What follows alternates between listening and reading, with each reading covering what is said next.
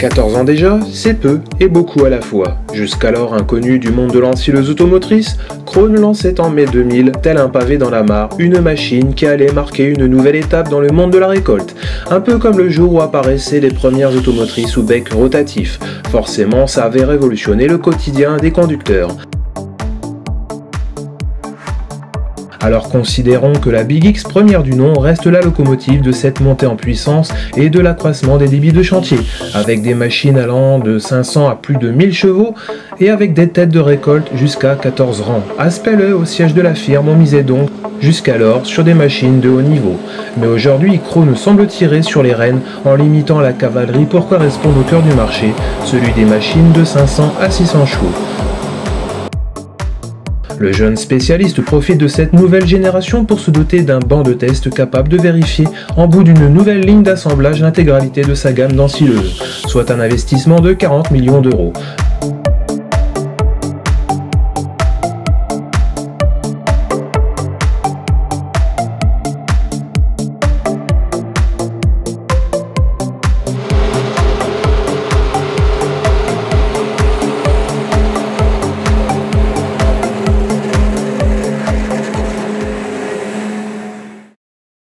Donc la Big X 480 et 580 s'inscrit dans la gamme des ensileuses Big X Krone.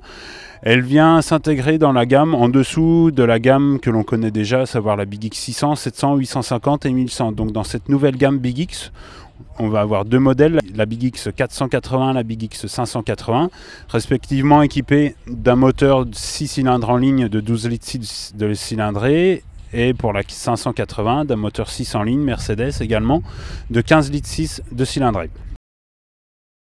On retrouve toute la cinématique que l'on connaît sur les grosses ensileuses, à savoir les 6 rouleaux de précompression, le rotor de grand diamètre, les rouleaux éclateurs de 250 mm de diamètre également, ainsi que la soufflerie.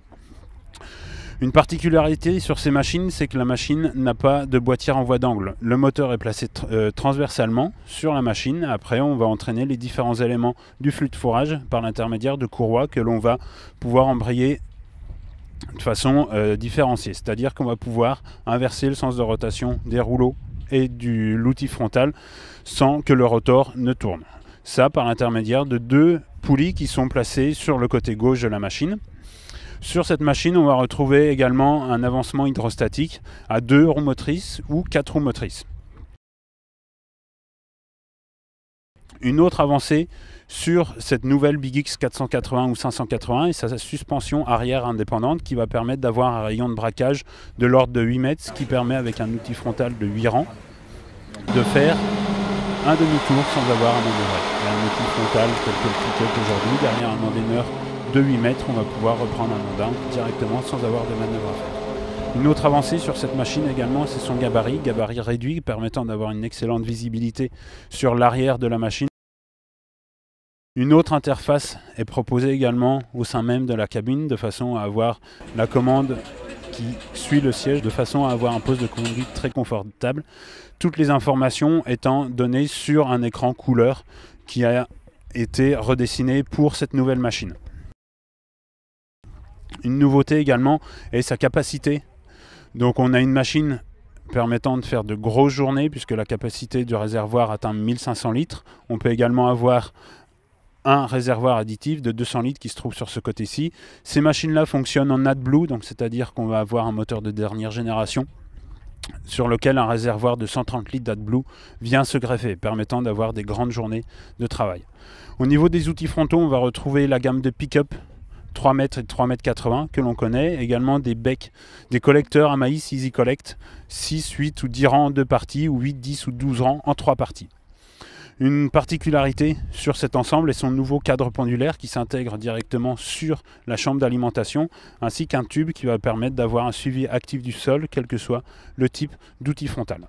Donc l'avancement hydrostatique développé par Bosch Rexroth en 2 roues ou 4 roues motrices permet d'avoir une plage de pneumatiques très variée, de 1,70 m jusqu'à 2,10 m de hauteur, permettant d'avoir une machine qui va passer dans toutes les conditions et permettant de pouvoir répondre à toutes les demandes de nos clients utilisateurs. Sur cette montre de pneumatique 710-60 R42, la particularité de cette montre de pneumatique, outre le fait qu'on ait une hauteur de pneumatique très intéressante. On va avoir une capacité de traction et d'adhérence maximale, mais également une chose importante pour le transport, on va avoir une machine qui sera inférieure à moins de 3 mètres de large. Donc chose qui est intéressante notamment pour le transport sur camion.